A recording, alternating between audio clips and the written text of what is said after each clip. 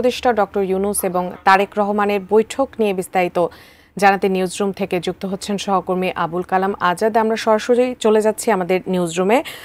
আজাদ, আসলে যেমনটি কথা হচ্ছে যে দুপুর 2টা থেকে বিকাল 4টার মধ্যে কিন্তু প্রধান উপদেষ্টা ডক্টর মোহাম্মদ ইউনূসের সাথে বিএনপির ভারপ্রাপ্ত চেয়ারম্যান তারেক রহমানের একটি বৈঠক হওয়ার কথা ছিল। এটি কি এখনই শুরু হয়েছে কিনা? কারণ এখনই কিন্তু 2টো বাজে, এটি জানতে চাচ্ছি। আর বিষয়টি হচ্ছে যে এটা একটি 1-to-1 বৈঠক হওয়ার কথা। এই বৈঠকটির মাধ্যমে যে নির্বাচন নিয়ে একটি সংকট তৈরি হয়েছিল, নির্বাচনের তারিখ নিয়ে, সেটি কি এই দুই প্রধান উপদেষ্টা এবং বিএনপি যে ভারপ্রাপ্ত চেয়ারম্যান এই দুজনের সাথে কথার মাধ্যমে সেই সংকট কি নিরসন হতে পারে কিনা, আর কি কি বিষয় উঠে আসতে পারে আজকের এই বৈঠকের মাধ্যমে, একটু আপনি জানাবেন আমাদের।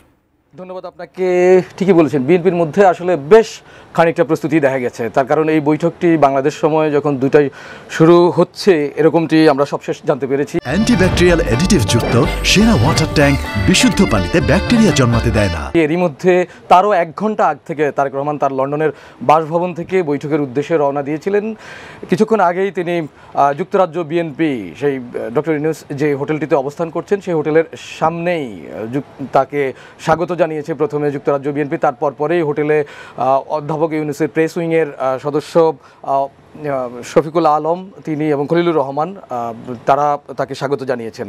বলা যায় যে এই মুহূর্তে বৈঠক শুরু হওয়ার জন্য সব ধরনের প্রস্তুতি সম্পন্ন এবং বৈঠকটি শুরু হচ্ছে, এতটুকুই আমার কাছে সবশেষ তথ্য রয়েছে।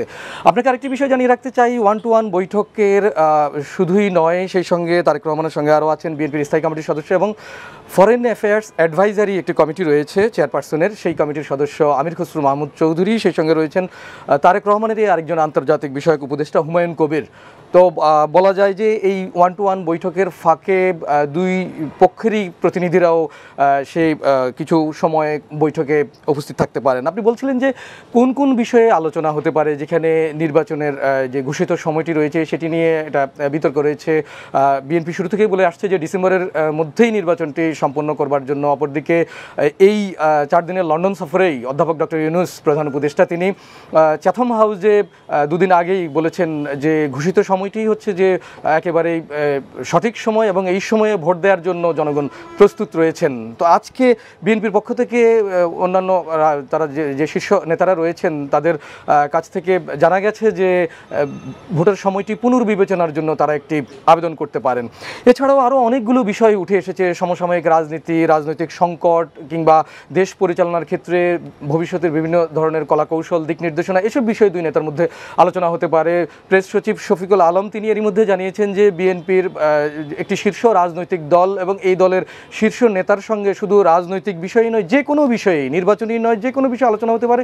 সেক্ষেত্রে বলা যায় যে রাষ্ট্রের নীতি নির্ধারণী কিছু বিষয়েও আলোচনা হতে পারে। যেহেতু অন্তর্বর্তী সরকার একটি বিশেষ জুলাই বিপ্লবের মধ্য দিয়ে এই সরকারটি গঠিত হয়েছে, তার পরবর্তীতে বিএনপির পক্ষ থেকে আরও কিছু বিষয় বলা হচ্ছে এরকমটি বা দাবি করা হচ্ছে অন্তর্বর্তী সরকারের যে সমস্ত বিতর্কিত উপদেষ্টা অথবা এই সরকারের যেসব বিতর্কিত কর্মকর্তারা রয়েছেন তাদের বিষয়ে সেখানে আলোচনা হতে পারে, এরকমটি জানা গেছে। তো 2 ঘন্টার একটি বৈঠক, বাংলাদেশ সময় দুপুর 2টা থেকে বিকেল 4টা পর্যন্ত, এই 2 ঘন্টাই এটিএন নিউজের দিকে, লন্ডনের দিকে বাংলাদেশের মানুষের নজর রয়েছে যে নির্বাচনকে ঘিরে আসলে শেষ পর্যন্ত কি হতে পারে। এবং এই বৈঠকটি শেষে প্রেস উইং থেকে, প্রধান উপদেষ্টার প্রেস উইং থেকে একটি ব্রিফ করা হবে এবং সেখানেই পরিষ্কার হবে যে কোন কোন বিষয়ে আসলে আলাপ আলোচনা হয়েছে তাদের মধ্যে। তো এখনকার মতো এই ছিল আমার কাছে সবশেষ।